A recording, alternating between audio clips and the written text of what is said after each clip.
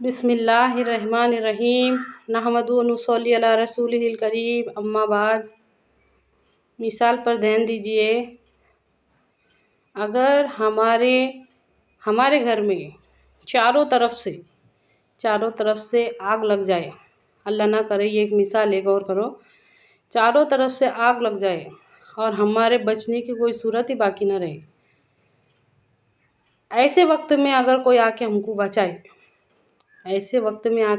بچائے، تو پھر وہ ہمارے نزدیک ہماری ماں سے بھی زیادہ اچھا رہے گا، باپ سے بھی زیادہ اچھا رہے گا، ہماری اولاد سے بھی زیادہ اچھا رہے گا۔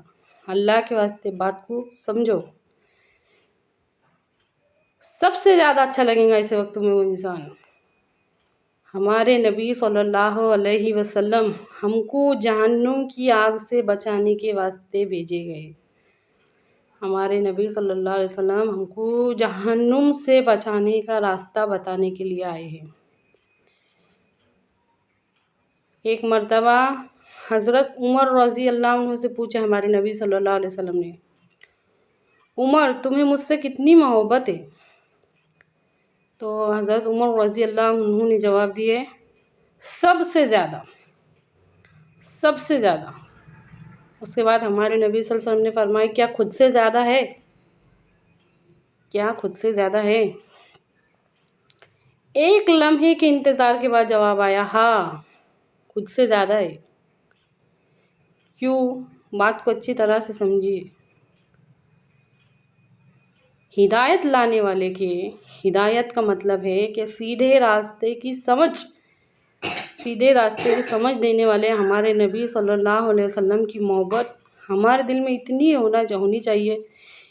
ہونی چاہیے، اپنے ماں سے بھی زیادہ، باپ سے بھی زیادہ، تمام تر محبوب چیزوں سے، اولاد سے بھی زیادہ، ہر چیز سے زیادہ ہمارے نبی صلی اللہ علیہ وسلم کی اہمیت ہونی چاہیے۔ اللہ کے واسطے بات کو سمجھو، تھوڑی سی دیر ایسا غور کر کے دیکھو، آج تک ہم نے دنیا میں ایسا کوئی کام نہیں کر لیا، ایسا ایک بھی کام نہیں ہے جو بغیر ارادہ بنا کے کر لائے، بغیر سوچے سمجھے، بغیر ارادہ بنائے، بغیر پلان بنائے کوئی کام کیا ہے۔ چھوٹے بڑے ہر عمل کے اوپر غور کر کے دیکھو تو جو اسلامی تعلیمات کے اوپر عمل کرنے کے ہیں نا، ہمارے ارادے کیوں نہیں بن رہے؟ وہ ارادے کیسے بنیں گے؟ یہ ایک اپنے آپ سے سوال کر کے دیکھو کہ اسلامی تعلیمات کے اوپر عمل کرنے کے ارادے کیسے بنیں گے۔ پہلے تو یہ غور کرو کہ پوری زندگی ہم وہ کام نہیں کرتے، کوئی بھی کام ایسا چھوٹا بڑا نہیں رہتا جو بغیر ارادہ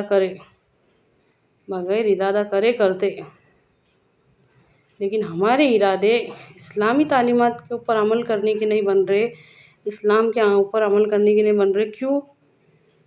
اس کی اہمیت ہمارے نزدیک ہے نہیں نا، جتنی اہمیت اس کی ہونی چاہیے تھی اتنی اہمیت نہیں ہے۔ بات پہ دھیان دو۔ اللہ رب العزت ہر نماز میں دن میں سے 48 مرتبہ ہر رکعت میں، ہر سورے میں، ہر رکعت میں ایک مرتبہ آتا، اہدنا الصراط المستقیم۔ اللہ تعالیٰ اپنے بندوں سے یہ سننا چاہتا کہ ہم کو سیدھے راستے پر چلا، تو سوچ کے دیکھو کہ اللہ رب العزت کے نزدیک اس بات کی کیا ویلیو ہے، کیا اہمیت ہے۔ اہدنا الصراط المستقیم، اہدنا الصراط المستقیم، اہدنا الصراط المستقیم، ہم کو سیدھے راستے پر چلا، ہمارے نزدیک اس چیز کی اہمیت نہیں ہے۔ اگر اہمیت بنے گی اور صرف زبان کے ساتھ ساتھ ہم دل سے بھی یہ دعا کریں گے نا کہ ہم کو سیدھے راستے پر چلا، تو دیکھو کیسے ہمارے ارادے بنتے اسلام کے اوپر عمل کرنے کے۔ ہمارے ارادے کیسے بنیں گے؟ اللہ کے واسطے بات پہ دھیان دو۔ اللہ تعالیٰ کی محبت اور نبی کریم صلی اللہ علیہ وسلم کی محبت ہمارے دلوں میں آنا شروع ہوں گی۔ اچھی طرح سے سمجھیے اس بات کو، یہ بنیادی پوائنٹ ہے، ایک دم بنیادی باتیں یہ سمجھنا ہمارے واسطے بہت ضروری ہے، کیونکہ